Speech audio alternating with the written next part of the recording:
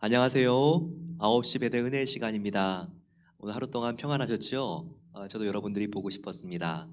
하나님 말씀을 우리가 자기 전에 한 장씩 묵상하고 또 그 다음날 필사하고 또 함께 기도하는 것, 이것이 우리가 믿음 안에서 얼마나 참 한 가족이 된 아름다운 일인지 모릅니다. 오늘 같이 우리 하나님 말씀 안으로 들어가기 전에 같이 이 시간 심우관 집사님과 신경숙 집사님 같이 한번 만나보겠습니다.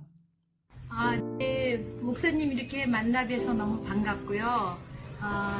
저는 이번 코로나 기간 동안에 그동안 미국에 와서 한 20년 동안 저희가 비즈니스 하면서 먼 길에 일찍 시작하고 늦게까지 일하면서 굉장히 몸이 피곤했었는데 제가 이제 일거리가 많이 줄으면서 제 건강을 찾을 수 있어서 가장 좋았고요. 또 그 시간에 목사님께서 이렇게 은혜의 시간을 주셔서 저희가 또 이렇게 신약 성경 이렇게 전체적으로 이렇게 다시 한번 읽으면서 또 하나님 뜻을 구하고 또 기도하면서 이렇게 지낼 수 있어서 그 점이 참 좋았다고 생각합니다.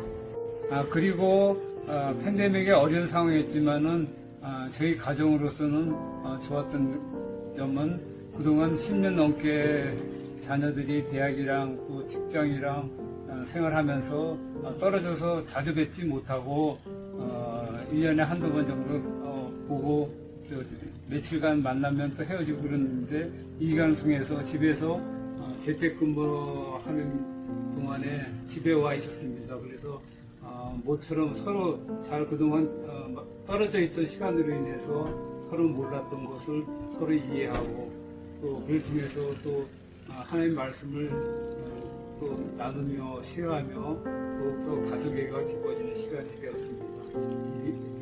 여러분도 이 시간을 어렵다고만 생각하지 마시고 또 주님께서 예배하신 또 하나의 또 축복의 통로인 것을 깨닫고 모두들 승리하시는 베델 여러분 되시기 바랍니다. 네, 안녕하세요. 베델교회 성도 여러분 반갑습니다.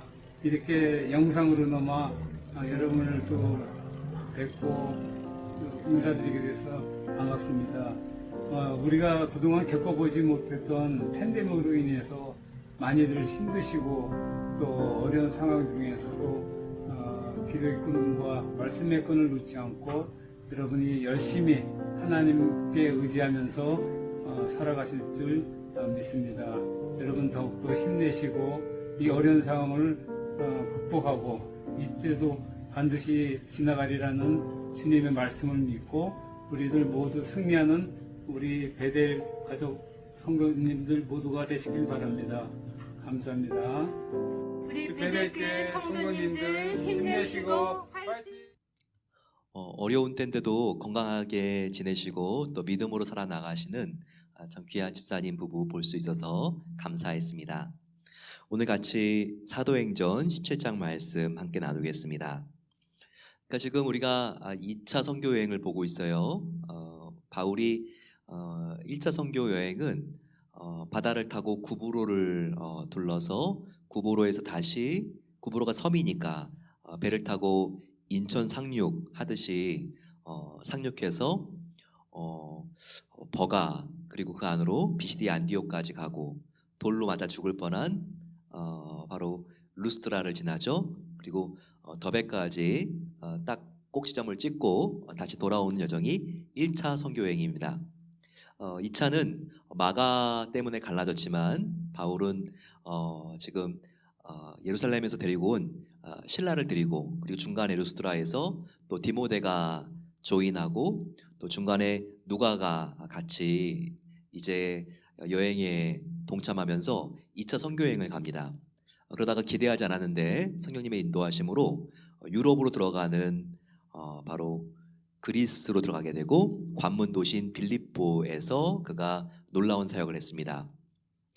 비록 그가 감옥에도 갇혔고 또 굉장히 심하게 고문을 당했지만 그가 옥문이 열리는 기적을 통해서 간수 가정을 구원하고 또 자주장사 루디아의 집을 구원하면서 빌립보 교회가 생기게 되었습니다. 그러면 역사적인 의미가 빌립보 교회가 참 커요. 유럽의 최초의 교회는 바로 빌립보 교회입니다. 하지만 뒤에서 계속 따라오는 추격자들이 있습니다. 바로 유대인들이었는데요. 그들은 이 유대교의 이단같이 여겨지는 바로 이 기독교를 굉장히 핍박했습니다. 그리고 전에는 우리 유대교 편이었는데 이렇게 기독교를 전하고 있는 이 바울이 너무너무 싫었습니다. 그래서 그들이 계속 추격해 옵니다. 결국 빌립보도요. 이런 바로 바리새인들, 유대인들의 추격에 이제 바울은 다른 도시로 이동하게 됩니다. 그러면서 갔던 곳이 바로 오늘 17장 1절 보시게 되면 데살로니가였어요. 이 데살로니가는 지금 성경으로 나와 있죠. 바울이 3주밖에 있지 않았지만 3주 동안 이 복음을 전했을 때 눈물을 흘리면서 진실하게 영접했던 사람들이 생각나서 신약 성경에 보게 되면 바울이 쓴 서신 중에서 데살로니가 전서와 후서가 있습니다. 바로 이때 개척한 교회 교인들한테 편지를 보낸 거예요. 데살로니가는요, 이게 굉장히 그 당시 그리스에서 중요한 도시였습니다. 그리스 한번 가보시면 참 좋습니다. 에게의 바다들, 또 얼마나 과거의 도시국가들, 폴리스라고 부르는데 그 흔적들이 아름다운지 몰라요.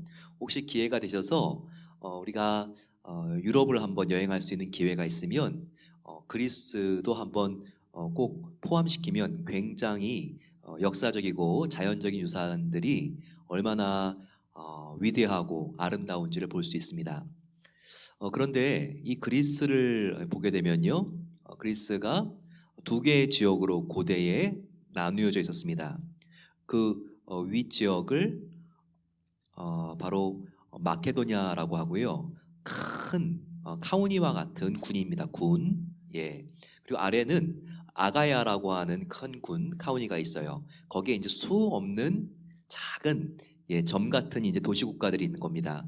그 중에 하나가 빌립보, 데살로니가 여기 나와 있는 그런 도시들이 그 군, 마케도니아라고 하는 큰 군의 도시국가들 중에 하나고, 또 아래에 있는 아가야의 지역의 대표적인 도시국가들은 거기에 고린도라고 한다든지 이런 도시들이 있는 겁니다. 워싱턴 카운티를 생각하면 바로 마케도니아와 아가야인 것이고요. 거기 안에 워싱턴 카운티 안에 힐스보로, 비벌튼, 우리가 이런 것들이 있다고 생각하면 되는 겁니다. 그런데 마케도니아는요, 굉장히 이 작은 도시들 중에서는 아주 명성 있는 도시였어요. 바로 이 알렉산더 대왕의 아버지의 고향이 바로 이 데살로니카입니다. 그래서 그 당시에 이 그리스 중에서 마케도니아의 굉장히 중심 도시였다고 생각하면 돼요. 부자들도 많이 살았고 또 헬라 귀족 여자 귀부인들도 굉장히 거기에 많이 살고 있었습니다. 그런데 예수님의 복음을 바울이 증거하니까 이 헬라인들이 회심하는 거예요. 자기의 정말 애지중지 모셔놨던 불상들 이렇게 신전에서 섬겼던 제우스 신의 형상이라든지 이런 것들 다 불태우고 다 부숴버리고 예수님을 믿겠다고 이렇게 작정하는 모습을 보니까 바울이 너무 감동했죠. 하지만 바로 이 빌립보에서 또 바울을 잡으러 왔기 때문에 여기에 3주만 머물고 그의 일행 중에서 디모데와 실라만 여기 놔두고 바울은 그 다음 도시인 베레아로 갑니다. 데살로니가에 몇 주 있었다 그랬죠? 3주 있었던 것을 어떻게 알 수 있죠? 여기 보게 되면 굉장히 중요한 키가 나오죠. 2절. 바울이 자기의 관례대로 그들에게로 들어가서 새 안식일에 성경을 가지고 강론하여, 새 안식일, 새 안식일은 3주를 말하죠. 3주. 바로 데살로니가 전후서에 내가 짧게 이 3주 기간밖에 있지 않았지만 너희가 복음에 뜨겁게 반응한 모습들이 나한테 너무 인상 깊게 남아있다. 칭찬하는 대목이 나와 있습니다. 여러분, 하나님께 세교가 더 칭찬받을까요? 아니면 모태신앙이 더 칭찬을 받을까요? 그거야 알 수 없죠. 하지만 우리가 모태신앙이라고 하나님께 칭찬을 받지 못할 이유도 없고, 세교라고 해도 하나님께 칭찬을 받지 못할 이유가 없고, 모태신앙이라고 해도 우리가 하나님께 정말 인정과 칭찬을 받을 수 있는 그런 갤런티가 되지 못합니다. 항상 하나님은요, 얼마나 전심으로 하나님을 사랑하느냐, 이거는요 교회 직분을 맡고 있든지 모태신앙인지 교회를 다니는지 얼마나 오래됐는지 설립 멤버인지 이런 우리의 육체적인 조건하고는 아무 상관없습니다. 지금 나의 마음이 주님을 얼마나 농도 깊게 온전히 향해 있는가, 바로 여기에만 달려 있는 것이죠. 하지만 데살로니가 성도들은 짧은 시간 그들이 예수님을 믿고 회심한 지가 얼마 안 됐지만 정말 하나님께서 그들의 결단을 귀하게 보시고 정말 사랑했고 칭찬했고 그리고 인정했던 성도들이었습니다. 그리고 나서는 계속 유대인들이 추격해 오니까 바울은 밤에 이제 신라와 함께 이제 베레아로 갑니다. 베레아. 이 베레아는요, 팔레스타인 이스라엘 옆에도 베레아가 있어요. 거기에서 예수님께서 사역도 하셨죠. 하지만 그 베레아 말고 발음은 비슷한데 철자가 조금 다릅니다. 근데 바로 이 베레아는 그리스에 있는 거예요. 굉장히 많이 지도상으로 떨어져 있는 비슷한 사운드가 나는 이름이지만 다르죠. 여기 있는 그리스의 베레아는 어떤 곳입니까? 보게 되면 11절에 그 성도들의 특징이 나옵니다. 베레아 성도들의 특징. 베레아에 있는 사람들은 데살로니가에 있는 사람들보다 더 너그러워서 간절한 마음으로 말씀을 받고 이것이 그런가 하여 날마다 성령을 상고함으로. 베레아 사람들을 이렇게 칭찬하고 있어요. 그런데 놀라운 것은 그들은 데살로니가에 있는 사람들보다 더 너그럽고 간절한 마음으로 말씀을 받았다고 말합니다.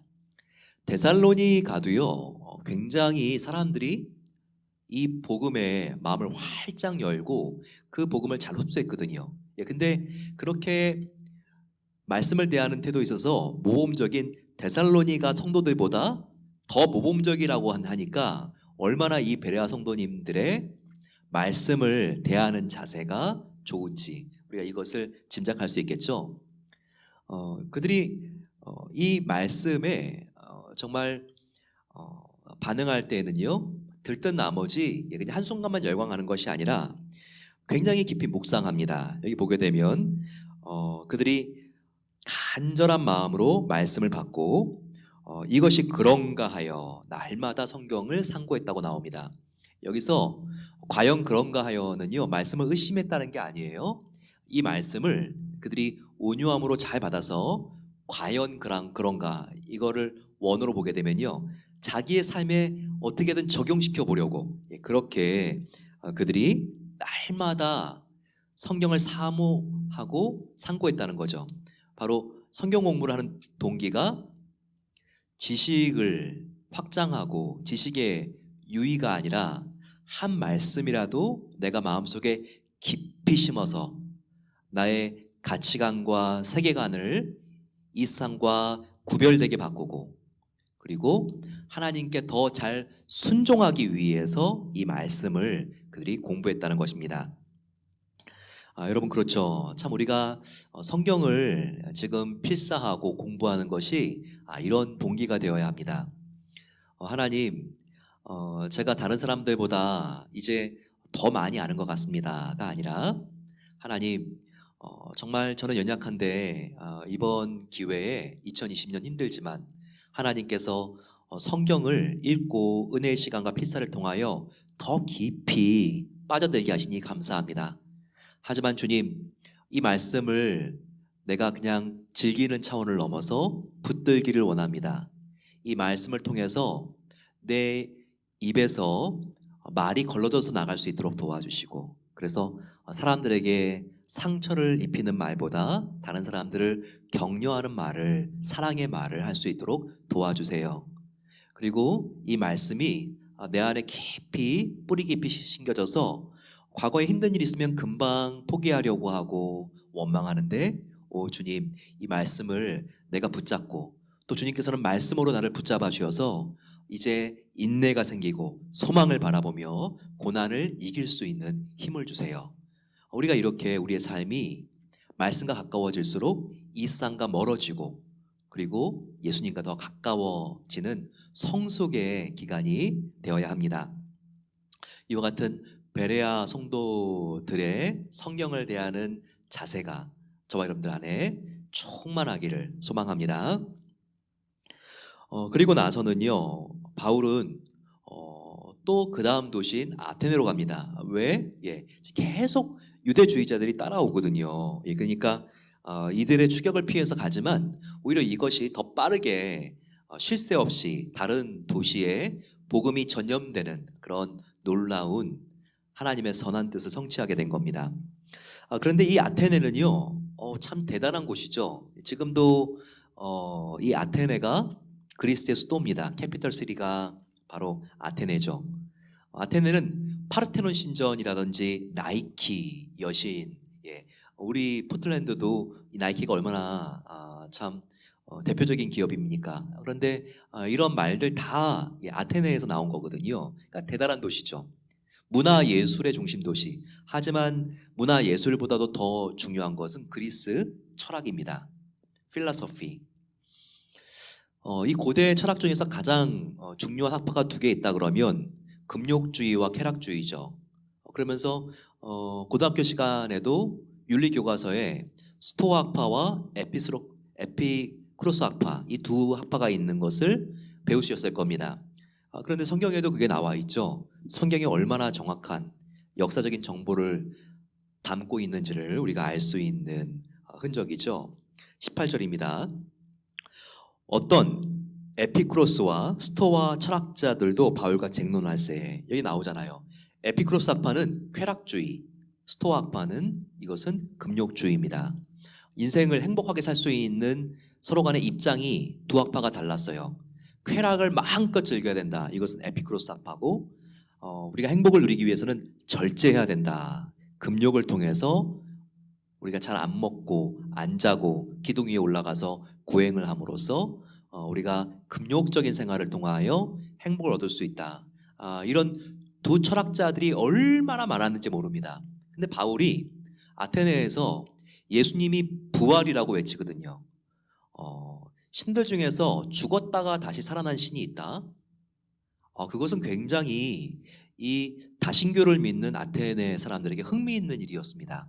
그러니까 막 바울이 이런 전도를 하고 다니니까 아테네 철학자들이요, 아리오파고라고 하는 바로 아고라라 그러죠. 아고라. 이런 광장에 모여들어서 너가 한번 믿고 있는 신을 우리들에게 한번 설명해봐라 라고 하죠. 그러면서 그 철학자들이, 또 시민들이 거만하게 손을 탁 꼬고 이렇게 앉아가지고 한번 논리적으로 설명해 보시지, 그러면 우리의 신은 또 얼마나 대단한지 우리가 합리적으로 설명해 주지. 이렇게 서로 간에 논쟁이 붙은 거예요. 여기서 바울이 조금 아쉬운 행동을 합니다. 왜냐하면 다른 빌립보라든지 데살로니가라든지 또 지금 뭐 드로아라든지 이런 터키 지역의 도시들하고 이 아테네는 격이 다른 것 같은 거예요. 그래서 이 사람들 수준에 맞는 그런 학식으로 내가 설명해야지, 그러니까 믿음이 아니라 이성적으로 설명해내야지 이들이 복음을 받아들이겠구나. 내가 이성으로 이들을 확 눌러버리고 내가 저 사람들에게 더 논리적으로 이성적으로 우월하다는 것을 내가 입증해야지 저들이 꼬리를 확 내리고 그리고 패배를 인정하고 나의 이 복음에 설득당하겠구나. 그러면서 그가 궤변을 이뤄놓습니다. 바울이요, 궤변. 참 안타까운 일이죠. 성령님을 의지해야 되는데 이때만큼은, 즉 아테네에서의 전도의 방법은 그가 자기의 이성을 의지한 거예요. 그래서 어떻게 설명하는가? 아주 복음을 두리뭉실하게 설명합니다. 왜냐하면 너무 정확하게 설명을 했다가는 죽은 사람이 다시 살아나? 말도 안 돼. 바로 그리스 철학자들이 이렇게 복음을 무시할까봐. 예. 어떻게 보면 바울이 여기서는요 복음을 부끄러워했는지 모릅니다. 그래서 23절 보게 되면 바울이 말할 때 내가 두루 다니며 너희가 위하는 것들을 보다가 알지 못하는 신에게라고 새긴 단도 보았으니 내가 그 신에 대하여 설명을 해볼게 라고 말합니다. 그리스는요 정말 많은 신들을 섬겼어요. 아폴로 신, 제우스 신, 정말 많은 신들을 섬겼는데요. 바울이 가만히 보니까 신들의 이름들이 다 밑에 적혀 있는데 새겨져 있는데 어떤 신의 이름은요 그 이름 자체가 제우스가 아니라 바로 알지 못하는 신이라고도 쓰여 있는 우상이 있는 거예요. 바로 조각상이 있는 거예요. 왜 그리스인들이 이렇게 만들어 놓았을까요? 예, 모든 신들을 다 숭배해야지 그들이 벌을 받지 않는데, 예, 자기들이 다 신들을 숭배하고 신들을 알고 있다고 생각했지만 그래도 혹시라도 자기들이 숭배하지 못한 신이 있을까봐. 예, 다신교는 그래요. 워낙 신들이 정말 뭐 수천 수백, 뭐 일본만 하더라도 그 나라 인구수만큼 신이 있다 그러잖아요. 예, 그것처럼 혹시라도 숭배를 안 한 신이 나한테 해코지 할까봐 바로 그때 그리스 사람들은요 알지 못하는 신, 예, 그래서 그 신에 자기들이 거론하지 않는 신들을 다 예, 이렇게 대표를 한다고 생각을 해가지고 그 알지 못하는 신에게도 숭배를 해준 거예요. 근데 바울이요 너희가 가만히 보니까 알지 못하는 신을 너희가 숭배하는 것을 내가 보았다. 내가 알지 못하는 신이 누구인지 설명해 줄게. 그러면서 바로 그 신은 천지를 창조하셨고 그리고 그 신은 아들을 보내셨는데 그 아들이 십자가에 죽었다가 다시 살아났고, 예, 이 알지 못하는 신을 여호와 하나님의 빗대어 그가 설명을 합니다. 그리고 알지 못하는 신만 있는 게 아니에요. 설명할 때 30절에 알지 못하는 시대에 대하여 내가 또한 알려주기를 원하노니, 예, 이렇게 알지 못하는 신, 알지 못하는 시대, 얼마나 그가 이 복음을 정말 물에 타지 않고 다른 세상적인 지식에 섞지 않고 그대로 전달하면 그들이 그것을 영접할 수도 있는데 바울은 얼마나 여기에 자기의 이성을 타는지 모릅니다. 다른 불순물들을 타죠. 예, 그랬더니 결과가 뭡니까? 데살로니가 빌립보 안에서는요 정말 놀라운 사람들이 놀라운 숫자로 진심으로 깊이 회심하고 예수님을 믿는 역사가 일어났습니다. 하지만 아테네는 그런 역사가 일어나지 않아요. 사람들이 뭐 그럴 수도 있겠다라고 생각을 하지 바울이 전한 하나님을 예수 그리스도를 영접하는 데는 굉장히 주저합니다. 그래서 가장 적은 회심이 일어난 바로 그 선교 여행 장소가 바로 아테네라고 일반적으로 신학자들은 분석을 합니다. 그것을 어떻게 알 수 있죠? 34절 말씀 보세요.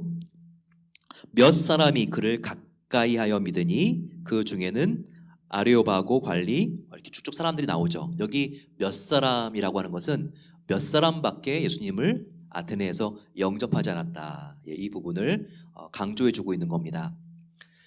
여러분, 우리가 복음을 내가 부끄러워하지 아니하노니 이 복음은 믿는 모든 자에게 영생을 주시는, 구원을 주시는 하나님의 능력이라는 것을 믿어야 합니다. 그 앞에 복음을 내가 부끄러워하지 아니하나니, 바로 이것은 아테네에서는 복음을 조금 부끄러워했던 바울의 동일인의 고백입니다. 그는 이 아테네에서의 실패와 시행착오를 깊이 기억했어요.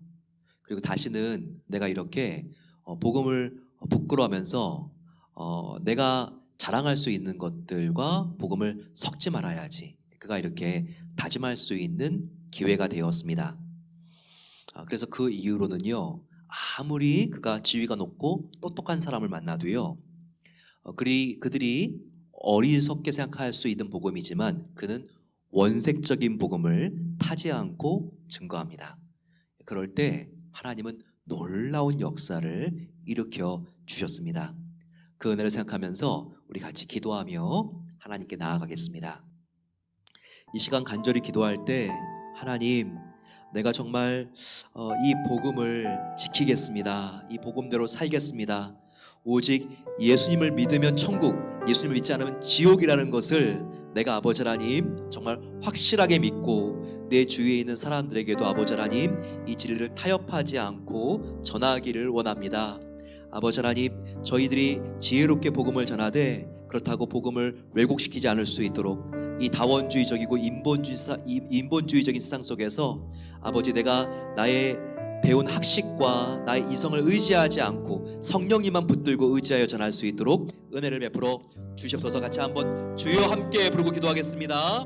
주여, 아버지 하나님 은혜 감사합니다. 오늘 하나님께서 우리들을 정말 자기 전에 이 자리에 모이게 해주시고 복음 아버지 하나님 믿었을 때 우리에게 영생을 주는 그 복음에 대하여 다시 한번 우리가 그 가치를 생각하게 하시니 감사합니다. 하지만 주님, 저희들은 이 자랑할 복음을 부끄러워할 때가 얼마나 많이 있나요? 그래서 아버지 하나님, 내가 정말 크리스찬입니다라는 말을 우리가 또한 사회적인 사람들을 만났을 때 소개할 때도 주저할 때가 많이 있습니다. 하지만 주님, 우리가 예수쟁이라는 말을 아버지 부끄러워하지 않을 수 있기를 원합니다. 하나님, 내가 예수에 빠졌습니다. 내가 예수에 미쳤습니다. 아버지 하나님, 이렇게 우리가 예수님과 하나가 되는 삶을 아버지 우리가 부끄러워하지 않을 수 있도록 도와 주시옵소서. 아버지 하나님, 정말 하나님 앞에서 우리 교회들이 정말 하나님 앞에 기쁨과 또한 소금과 빛의 역할을 감당해야 되는데 그렇지 못해서 아버지 이 교회가 이 세상의 질타를 너무나 많이 받아서 우리가 복음조차도 부끄러워할 때가 많이 있습니다. 하지만 예수 복음은 우리에게 구원을 주시고 나를 살린, 나 같은 죄인을 살린 바로 그 하나님의 능력이오니 날마다 복음과 십자가를 자랑하게 하시고 만나는 사람들에게 아버지 하나님 십자가의 복음을 전함으로써 나를 아버지 이 사람이 다시 만나지 못하면 아버지 다시는 정말 복음을 그가 듣지 못할 것 같을 때 우리가 아버지 하나님 정말 그 사람에게 사랑의 눈물을 흘리며 복음을 전할 수 있는 사도 바울과 같은 아버지 하나님, 정말 변화된 사도 바울과 같은 모습으로 우리가 나아가기를 간절히 기도합니다. 아버지 하나님, 정말 주님께서 우리와 함께 해주셔서 날마다 우리가 하나님 앞에 정결한 마음을 갖게 하옵소서. 아버지 하나님, 바울이 정말 죄인 중에 개수며 유대인들 사이에서 믿는 사람들 박해하고 아버지 하나님, 그러다가 그가 회심했지만 이렇게 아버지 하나님 또한 선교가 잘 되고 있으니 어느 순간 자기의 지혜를 하나님보다 더 의지하는 모습을 보게 됩니다. 아버지, 이렇게 우리가 회심했지만 아버지 또 우리가 어느새 교만해지고 우리가 예수님을 붙든다고 하지만 우리가 아버지 어느 때부터 아버지 우리의 깨와 또한 우리의 지혜를 의지할 때가 많이 있습니다. 하지만 주님, 날마다 우리가 정말 십자가 앞에 우리 자신의 모습을 보게 하여 주시고 날마다 겸손해질 수 있도록 도와주시고 우리는 십자가 뒤에 가리고 오직 예수님만을 높일 수 있는 삶을 살아갈 수 있도록 은혜를 주시기를 기도합니다. 아버지 하나님, 주님께서 물론 은혜로 함께해 주시옵소서. 이 시간 우리 간절히 기도할 때 우리가 성경을 대하는 태도가 베레아 사람 같아질 수 있도록 같이 마음을 모아서 기도하겠습니다. 그들은 너그러워서 간절한 마음으로 말씀을 받았다고 되어 있습니다. 날마다 성경을 상고했다고 되어 있습니다. 아버지 하나님, 정말 우리들 마음속에 조금이라도 내가 정말 신약을 다 썼다 이런 마음으로 자랑이 일어나지 않도록 도와주시고 주님, 우리가 정말 이 성경 지식이 더욱더 예수님을 뜨겁게 사랑하게 되는 계기가 되었습니다. 이 말씀대로 내가 살아서 예수님과 같은 사람의 사랑에 참된 제자가 되기를 소망합니다. 같이 아버지 하나님 정말 주여 함께 부르고 아버지 내가 변하기 위하여 성경을 읽고 성경을 묵상하게 하옵소서. 같이 한번 기도하겠습니다. 주여 아버지 하나님 감사합니다. 저희들 아버지 이 가을에 하나님의 말씀 속에 더욱더 가까이 갈 수 있는 은혜 주신 것에 감사합니다. 아버지 2020년은 정말 코로나보다도 우리가 성경을 필사한 것을 더 잊을 수 없을 것입니다. 아버지 하나님 날마다 감사하며 날마다 기뻐하며 하나님께서 주시는 아버지 하나님 이 은혜의 언어를 내가 나의 손을 가지고 아버지 하나님 필사하는 것을 늘 감사할 수 있도록 하나님께서 우리의 마음을 만져주시기를 기도합니다. 아버지 하나님 두렵고 떨림으로 정말 모세가 십계명 돌판에 하나님께서 글자를 새겨주신 것처럼 날마다 나의 손을 함께 붙잡고 아버지의 말씀을 쓰게 하시는 성령님께 감사하며 이 감격과 이 아버지 하나님 기쁨을 가지고 나가기를 소망합니다. 하지만 주님 자랑하기 위해서가 아니라 혹시라도 교만에 아버지 지지 않도록 도와주시고 아버지 성령님께 더욱더 순종하기 위하여 우리가 말씀을 배우고 말씀을 기억하며 말씀을 암송하고 필사할 수 있기를 기도합니다. 아버지 하나님, 우리가 더욱더 예수님과 같은 사랑을 마음속에 품게 앞서서 예수님의 아버지 성품을 닮은 예수님의 참된 제자가 되기를 소망합니다. 그렇게 아버지 말씀을 사랑할 때마다 우리의 마음이 말씀으로 물들게 해주시고 믿음과 소망과 사랑으로 아버지 물들 수 있도록 도와주셔서 성경이 아버지 하나님, 우리 안에 아버지 하나님 정말 그 영원한 생명의 가치관들을 더욱더 아버지 새겨 넣을 수 있도록 하나님께서 은혜를 주셔서 아버지 정말 이 가을에 성경을 우리의 마음과 뜻과 힘을 다하여 사랑함으로써 하나님을 그렇게 사랑할 수 있기를 간절히 기도합니다. 마지막으로 기도할 때 함께 저희들 모이지 못하는 상황 속에서 우리 성도님들 영육간에 강건할 수 있도록 도와주시고 아버지 날씨와 여러 가지 공사 여건을 하나님께서 주관해 주셔서 성경 건축이 2달 남았는데 차질 없이 진행될 수 있도록 하나님 은혜를 더하여 주시옵소서. 같이 한번 주여 함께 부르고 기도하겠습니다. 주여, 사랑의 아버지 하나님 감사합니다. 아버지, 우리가 모이지 못하는 상황이지만 저희들이 함께 기도하며 더욱더 주님을 사랑하는 마음을 하나님께서 갖게 하시니 감사합니다. 아버지, 정말 불같은 성령님이 우리 마음 가운데 임하여서 아버지 정말 불꽃 같은 주님을 향한 사랑이 우리 마음속에 타오를 수 있도록 도와주시기를 기도합니다. 이 세상에서 아버지 모든 정말 친구들과 아버지 내가 의지했던 것들이 나를 버린다 할지라도 아버지 하나님께서 나를 붙들고 계시오니 예수님이 나의 가장 좋은 친구가 되어주십니다. 그 은혜와 그 사랑을 기억하며 날마다 아버지 우리가 주님 안에 감사하고 주님 안에 기뻐하며 주님 안에 평안을 누릴 수 있도록 도와주시기를 기도합니다. 날씨와 여러 가지 공사 여건을 주님께서 주관해 주시니 감사합니다. 아버지 모든 공사 일정 가운데 차질이 없이 진행될 수 있도록 도와주시고 성전 안과 밖이 아버지 하나님 순조롭게 공사가 진행되어질 수 있도록 마지막까지 눈동자와 같이 지켜주시기를 기도합니다. 아버지 하나님, 정말 주님께서 그 성전 안이 코로나 바이러스 균으로부터 안전할 수 있도록 도와주시고 모든 사고로부터 아버지 근로자들이 정말 건강하고 안전하게 정말 공사를 마무리할 수 있도록 지켜주시기를 기도합니다. 아버지 무엇보다도 눈에 보이는 성전보다도 눈에 보이지 않는 우리의 성품이 주님과 같이 되어서 사랑의 성품으로 아버지 하나님 채워져서 우리가 아버지 입당하기를 소망합니다. 더욱더 성숙하고 더욱더 아버지 우리가 하나 되며 하나님의 기쁨이 되는 교회가 아버지 하나님 세워질 수 있도록 하나님께서 그 성전을 우리의 마음속에도 심령 속에도 지어주시기를 간절히 기도합니다. 사랑의 아버지 하나님, 하나님의 은혜 속에 오늘 저희들 잠자리에 들기 전에 이곳에 모였습니다. 바울이 그 유럽과 그리스를 누리며 전했던 그 복음이 우리의 마음속에 있사오니 예수님의 생명으로 우리 마음속에 심겨진 이 복음을 부끄러워하지 않고 날마다 자랑할 수 있도록 은혜 베풀어 주시옵소서. 아버지 하나님, 이 복음에 우리가 다른 것을 타지 않기를 원합니다. 순전한 복음, 예수님께서 우리를 위하여 십자가에 죽으시고 부활하심으로써 예수를 믿는 자들에게 하나님의 사랑이 나타나 구원받는다는 이 귀하고 단순하며 심플한 진리를 우리가 평생 동안 지키며 하나님의 영광을 위하여 살아갈 수 있도록 은혜 베풀어 주시옵소서. 이제는 우리 주 예수 그리스도의 은혜와 하나님 아버지의 놀라운 사랑하심과 성령 하나님의 함께하심이 내가 순전한 복음을 사모함으로써 항상 우리의 마음이 주님의 능력과 평강으로 가득하기를 소망하는 모든 성도들 위해 이제로부터 영원까지 함께 계시기를 축원하옵나이다. 아멘. 하나님이 우리와 늘 함께 하십니다. 그 복음의 영광에 더욱더 심취해서 주님만을 기뻐하고 자랑하는 우리 성도님들 되시기를 소망합니다. 내일 뵙겠습니다.